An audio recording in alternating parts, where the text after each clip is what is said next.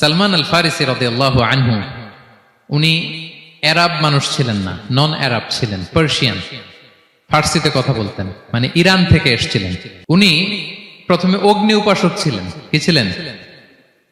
অর্থাৎ ওই যে জরাথুস্ত যারা আগুন দেখলে এরা পূজা করে, আগুনের পূজা যারা করে, জরাস্ট্রেনিয়ান, এই ধর্মে বিশ্বাসী ছিলেন। আগুনের পূজা করতেন ইরানে। তিনিও আগুনের পূজা করে, তার বাবাও আগুনের পূজা করে। তো একদিন বাবা একটা কাজে পাঠিয়েছে, ওই কাজ করতে যেয়ে সে খ্রিস্টানদের গির্জা ক্রস করতেছিল। ছোট মানুষ গির্জা ক্রস করতে যেয়ে দেখে খ্রিস্টানরা কেমন যেন আলাদা ইবাদত করে, নামাজ পড়ে। এটা দেখে খুব ভালো লাগছে, তার খুব ভালো লাগছে। বাড়িতে এসে বাবারে বলে, বাবা আমি দেখলাম যে খ্রিস্টানরা তাদের চার্চে গির্জায় নামাজ পড়ে, এটা তো অনেক সুন্দর, আমরা যে আগুনের সামনে যা করি এটার চেয়ে ওইটা সুন্দর। বাবা বলে, খাইছে, ছেলে তো আমার শেষ হয়ে যাবে। তো বলতেছে, না না বাবা, আমরা যে আগুনের উপাসনা করি এটাই ভালো। উনি বলেন, না, আমি অনেক চিন্তা করেছি, ওরা যেভাবে গডের কাছে চায় ওইটা শ্রেষ্ঠ।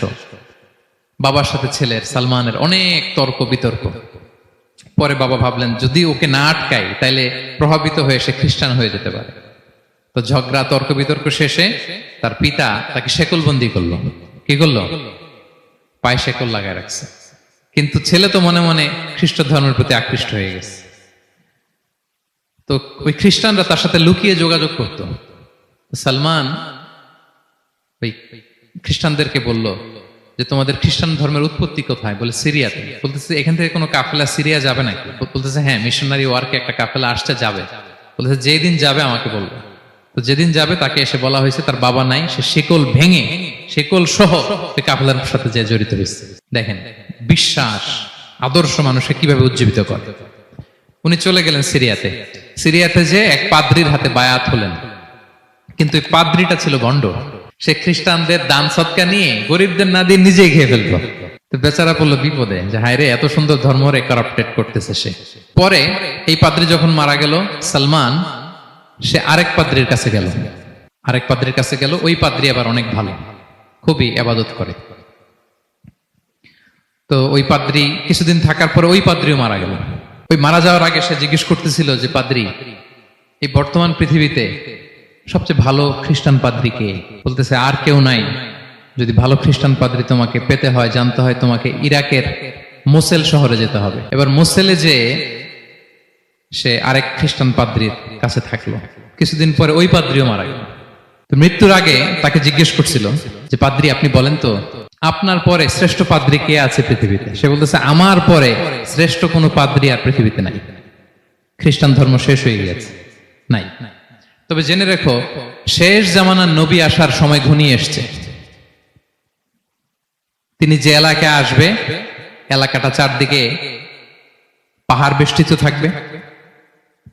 চারদিকে থাকবে পাহাড়, খেজুরের বাগান, মরুদ্যান।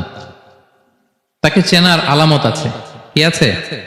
আলামত আছে। এক নম্বর আলামত হচ্ছে, ওই শেষ নবীকে দানের খাবার দিলে তিনি খায় না, কিন্তু উপহার দিলে সে নেয়, খায়। আর তার পিঠে দুই কাঁধের মাঝখানে একটা নবুয়তির মোহর আছে। সুবহানাল্লাহ। যদি পারো তার কাছে যে বায়াত হও। সালমান আল ফারিসি পাগল হয়ে গেছে ওনার সন্ধান পাওয়ার জন্য। কিভাবে যাবে, কিভাবে যাবে? তো উনি কিছু ছাগল পালতেন। একটা কাফেলা তিনি পেলেন, যে কাফেলা আরব কাফেলা, বনু কালবের কাফেলা, আরব দেশে যাচ্ছে। তাদের সাথে তিনি চুক্তি করলেন যে, আমার যত ছাগল আছে এই ছাগলগুলো তোমাদের দিয়ে দিব, তোমরা কি ওই এলাকায় আমাকে পৌঁছে দিবা? তারা বললেন, হ্যাঁ, পৌঁছে দিব। সব ছাগল দিয়ে দিলেন, রওনা হইলেন ওই এলাকায়। মাঝপথে তারা তার সাথে জুলুম করলো, অন্যায় আচরণ করলো। তাকে দাস হিসেবে বিক্রি করে দিল ইহুদিদের কাছে। ওয়াদি আল কোরা নামে একটা জায়গা আছে, ওখানকার এক ইহুদির কাছে বিক্রি করে দিল। সে ইহুদির কাছে দাস হিসেবে থাকতে আরম্ভ করলো।